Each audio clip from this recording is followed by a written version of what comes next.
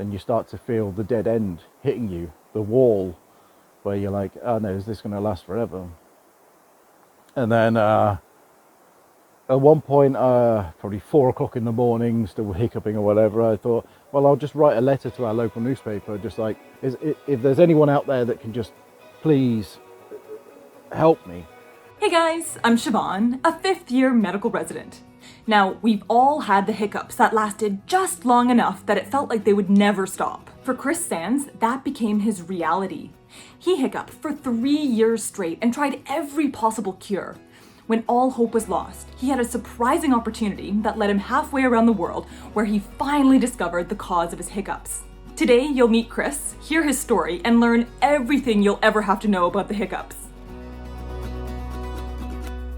Before Chris got the hiccups, he was a 23-year-old aspiring musician living in England, playing the guitar and composing for a punk band. And then, one day in 2007, he got the hiccups, and his whole life changed. I don't know, it was like, hip, hip, hip. So once every couple of seconds, I guess. Yeah, it was quite severe, and sometimes it would speed up, and sometimes it would slow down, and sometimes it would stop for an hour.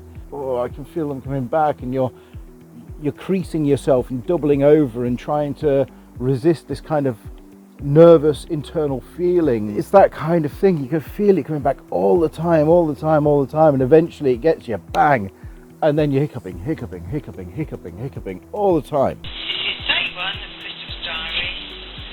Thursday morning, supposed to have gone for a massage, but he's been 48 hours awake. These painful hiccups tormented him day and night. When he would try to eat, the hiccups would make him vomit. When he wanted to go to sleep, they would keep him awake at night. I was still hiccuping in my sleep. I was hiccuping while I was sleeping, and then I would wake up and I'd still be hiccuping. Before we go any further, you need to understand what happens when your body hiccups. So a hiccup is a contraction of the diaphragm followed by closure of the vocal cords. Your diaphragm is a thin, flat muscle right under your lungs. When it contracts, air flows into the lungs until the vocal cords suddenly close, causing that hiccup sound. So what causes the hiccups? Well, anything that irritates the phrenic nerve, which controls the diaphragm. The most common causes are related to the stomach bloating and pushing up on the diaphragm. Things we've all experienced, like eating too much, eating too quickly, spicy food, bubbly drinks, or even heartburn. The phrenic nerve goes from the diaphragm up into the chest and goes behind the heart. And that's why it's a rare symptom of heart attack. The nerve then passes up to the neck, and so an enlarged lymph node or thyroid gland can also be a cause of hiccups. And then finally, the phrenic nerve connects up to the spinal cord and then up to the brain. And you guessed it, things like a stroke, brain tumor, or even an infection like meningitis can all cause the hiccups. Plus other conditions that generally irritate the nerves, like alcohol, other medications, diabetes, kidney disease, or electrolyte abnormalities. So although most hiccups are harmless, the ones that are persistent can be a symptom of a life-threatening condition, and they need to get investigated. As I've been Googling, as we all do nowadays, what the hell to do and what it could be. Now, you always find, oh, it's probably cancer and AIDS and brain tumors, and it's all of the worst things in the world you can imagine it being wrong with you. So I went to the doctors, and they started the process of trying to find what's wrong with me. Ever since he was a child, Chris suffered with gastroesophageal reflux, also known as heartburn. So that's when the stomach acid comes back up into the esophagus, causing this burning sensation in the chest. So his doctor first started by treating him with a medication to suppress his stomach acid. But when that didn't work, they went on to do blood work and a CT scan of his head, his chest, and his abdomen, looking for other possible causes. The scans show that Chris has a hiatus hernia, meaning part of his stomach has come up through the diaphragm, making it much more likely for acid to come up and give you acid reflux. Now, he's probably had this since birth, since he had all these symptoms as a child. So since it's not something new, it's unlikely that this is the cause of his hiccups. With no other leads, Chris's doctors started to wonder if this could be a psychological or emotional problem. They seemed a bit nervous asking me, because it's probably a bit of a sensitive subject to say someone might be making it up. Or it might just be kind of, I don't know, a psychological tick. But for me, it was like, no, if it's that, brilliant. And then at least I can be, well, not talked out of it, but at least we can start solving it. As soon as I know what it is, we can start working on it. Because when you're in those kind of situations, you're nervous, and you're trying not to say anything that might make you sound crazy. So you kind of like go, she's saying, oh, how did you feel? I was like, oh no, I feel absolutely fine. And then I think to myself, oh no, is it a bit strange to say I'm fine? Oh God, what if I'm being strange? Chris's psychological testing came back normal, so he still didn't have an answer for what was causing the hiccups. I came away from that thinking, damn, okay, it's not that, on to the next thing. But then I got back to the doctor and he said, well, that's it. He said, I've done everything I can do. You're on your own. And this was 4.5 months into it. I can't even imagine how devastating that must have felt. I mean, at this point, he can't work, he's not able to even drive a car, go on a date, play guitar. I mean, his life was on hold. And somehow, he managed to keep this amazing sense of humor. It hurts and it's severe and it's bad, but the laughter was always around, and my friends were there and my family were there and very supportive. They knew I didn't need like, oh, are you okay all the time. What I needed was them jumping up behind me or punching me in the stomach or being stupid, and that's what I needed. I needed this kind of back and forth of kind of comedy to break the routine of close to depression. During this time, Chris has scoured the internet, looking for every possible cure and trying every home remedy that he could get his hands on. From one of these companies called the HICCUP company, and it was a copper cup with a rod that sticks out the top that pokes onto the side of your head while you're drinking. And I did all the upside down drinking. I went into an oxygen chamber, where there was an oxygen chamber that like football players use to heal their injuries much quicker. I mean, it was all completely useless. It didn't do anything for me, but in a way, like, it did do something for me. It allowed me to continue my journey, because if at some point those things had stopped, that's it. Like, I've got no answers, I've got no cures, I've got nothing to look forward to. So as long as these things kept coming through, I still had like a lifeline I could keep trying to find a cure with. One after the other, every remedy failed, and the real possibility of living the rest of his life with hiccups began to sink in. Then you start to feel the dead end hitting you, the wall, where you're like, oh no, is this going to last forever? And then at one point, probably 4 o'clock in the morning, still hiccuping or whatever, I thought, well, I'll just write a letter to our local newspaper, just like, hey guys, this is what's going on with me. I expected you to be in the letter section. If there's anyone out there that can just please help me. Overnight, Chris became a sensation, and his story was picked up by news outlets and magazines around the world. And then that was it. Phones ringing off the hook. I've got the BBC. I've got I'm on breakfast television. I've got French television coming round. I had a Globo TV from Brazil come round and film me, and Japanese coming round, and then this continues for a while, and it allowed me to kind of continue without hitting that wall again. The wall kind of went back a whole load. Having run out of remedies and unable to keep food down, Chris had lost over 30 pounds. He was malnourished and underweight. So he went back to his doctor and started talking about getting surgery to fix the hiatus hernia. This prompted a whole new wave of tests, including an esophageal pH test. So this is where a sensor gets put back through someone's nose and down their throat. And the idea is to test how much stomach acid is coming back into the lower esophagus over a 24-hour period. The problem is when I was hiccuping and vomiting, this is going to be quite graphic, I'm sorry, but the tubes up your nose and down into there, and at one point I'm hiccuping, and the tubes in my nose and out my mouth. And I'm like, oh God, this is awful, oh God, and I'm a mess.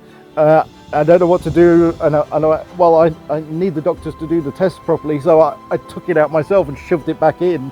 No, I know, stupid idea, but you're desperate at those times and you make stupid decisions. And we got back to the doctors and I told them what happened. They said, Jesus, you put it back in? Yeah, I thought that would be the right thing to do. Like, you didn't need to do that. Chris's doctors warned him that the surgery was mainly to help stop him vomiting so much, that it probably wouldn't stop the hiccups. The procedure is called a laparoscopic fundoplication, where they first fix the hernia, and then they pull the top of the stomach up and wrap it around the lower esophagus to create a better seal and prevent the acid from flowing back up. Yeah, well, that was one of the worst, that was one of the most painful moments actually, waking up from that surgery. I woke up in a hospital bed at about 4 o'clock in the morning, hiccuping, right after having stomach surgery. And I was in excruciating pain. Every hiccup was like someone stabbing you in the stomach. This is a surgery that used to be really popular, but we don't see it much anymore because we have really good medications to suppress stomach acid. With time, his stomach healed, and although it didn't impact the hiccups at all, it really improved his quality of life. That was quite a revelation for me because during the hiccups I was just vomiting everything. I was skin and bone, and after that operation I could eat again, and I was still hiccuping and I was still bringing up some stuff, but I was keeping food, mainly my food down. So it really made a big difference to how I was during that time. A few months later, Chris was contacted by a doctor of East Asian medicine from Japan. He had seen him on the news and he contacted him offering to help cure his hiccups. I want to fly over to see you and stay with you and your family for 7 days, and I'll try and cure you. Okay, yeah, that's very kind of you. Okay. Mr. Kagayamu brought with him a secret manual of medical cures that had been passed down in his family from generation to generation. Acupuncture, he did the cupping, he had this, it looked like a cigar, this burning stick which he would hold close to each of these different points of my body. He would tread on me, lay me on the floor, just tread on all my muscles. Sadly, none of the cures worked. But it wasn't long until Chris got his next big break. The Japanese TV show called World's Astonishing News contacted him for a follow-up interview in Japan. I said, that's great, that's amazing. Yeah, I'd love to go to Japan, so why not? I'd never been on a, I don't think I'd ever been on a plane before. I never really traveled that much. Chris was taken to see an anesthesiologist named Dr. Kondo, and the entire thing was being filmed by the Japanese TV crew. While he was there, he had more tests and more scans, including an MRI of the brain. The next day, the TV crew showed up at Chris's hotel room. The television crew say, Dr. Kondo wants to see you again. He wants to do another scan. And I said, I don't really want to do another scan. I'm claustrophobic. And at this point, it had been 2.5 years of hiccuping with people saying they've got the answer when they don't. And I thought, I don't want to go back there. And the television crew were quite insistent. They said, well, let's just go talk to him. Let's just go talk to him. Okay, so we went and talked to him, and he said, look, I know you don't want the scan, but I found something. And okay, he said, can you take the television crews out of the room? Oh, okay. And he put up the scans of my brain, and he said, look, I found what I think is a tumor in your brain. He said, it's in a bad place. I don't know much about tumors. I'm just an anaesthetist. He said, you need to speak to a neurosurgeon, but I want to do a more high resolution scan to confirm it. And at that point I'm in tears. I'm like, oh, I'm gonna die. The second MRI confirmed that he has a 1.2 centimeter tumor in his brain stem. And now you're probably wondering, but didn't they scan his brain right at the beginning of this whole story? And the answer is yes, but they did a CT scan. And MRIs have a much crisper picture, better resolution, especially in the back of the brain where Chris has his tumor. This was the missing piece of the puzzle. So armed with these MRI scans, Chris flew back to England and met with a neurosurgeon to discuss surgery. And while he was there, Chris confided that his symptoms had become much worse recently. And at that point, I'd actually started passing out from the hiccups. I would hiccup, wake up on the floor, hiccup. And he said, you're lucky you haven't died yet. The brainstem is only a small part of the brain, but it's absolutely critical for life. Chris's brain tumor is found in the medulla oblongata, part of the brainstem that controls your breathing, heart rate, and blood pressure. Very literally, your vitals. As the tumor grew bigger, it put more and more pressure on these nerves, threatening Chris's life. And the only way to stop this is by cutting into this really delicate part of the brain. Reflecting back on this uncertain time, Chris recalls what he felt just moments before this risky surgery. I don't want to die, but I don't really feel anything. I feel very strange. And it was like I'd accepted what was going to happen, and whatever happens, happens. So just knock me out and get on with it, kind of thing.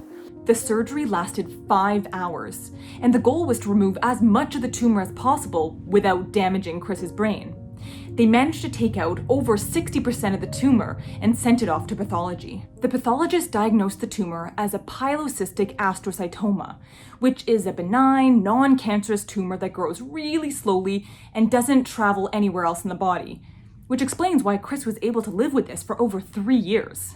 The moment I open my eyes, there's a lady in front of me, and she's got a sponge on a stick, a wet sponge on a stick, and she's just dabbing it on my lips, and it was like the best thing in the world. You just wanted water. Your whole throat was dry, your mouth was dry, but they have to be careful because you don't have a gag reflex at this point. So anyway, she's dabbing it in the water and dabbing it on my lips, and eventually she says, "Oh, do you want to do it?" I said, "Yeah," and she puts the sponge and a stick in my hand, and I go to put it in my mouth, and I just smack it straight into my eye, and we both burst out laughing. But at this moment I realized I don't have control over my arms, not real control. And she said, "Well, try that test where you touch your finger to your nose." And with my right hand I touch my finger to my nose, just about. With my left hand I smack myself in the face, and we burst out laughing again. But you couldn't. At this point I wasn't hiccuping. I woke up and I wasn't hiccuping, but I wasn't even thinking of that. You're just thinking of things in the moment. And I couldn't feel anything from the neck down. It felt like when you've fallen asleep on your arm for far too long. When you touch it, that kind of vzz, that fuzzy feeling. It was that, but every time I breathed, my whole chest felt like that. Everything from the neck down felt like that. And it wasn't until a few hours later that I'm laid in the hospital bed, and I'm like, I'm not hiccuping. I'm not hiccuping. It's fantastic, but I really can't enjoy this right now. My whole body feels awful, and I couldn't enjoy the aspect I wasn't hiccuping because all my mind was thinking is like, am I going to get my arms back again? Will I ever walk again? I couldn't walk, and then I had a little MP3 player, and I was listening to all my compositions and things, and I was thinking, am I ever going to play piano again? Am I ever going to play music again? Chris went through a really long recovery phase, and it took at least a year before he could even try to start playing the piano and guitar again. And what's so amazing to me is that he used playing music as a way to improve his dexterity and fine motor skills. And then he actually challenged himself to compose a new song every single day for 1 year. And I was able to craft these absolute terrible pieces of music, but music nonetheless that I could still compose.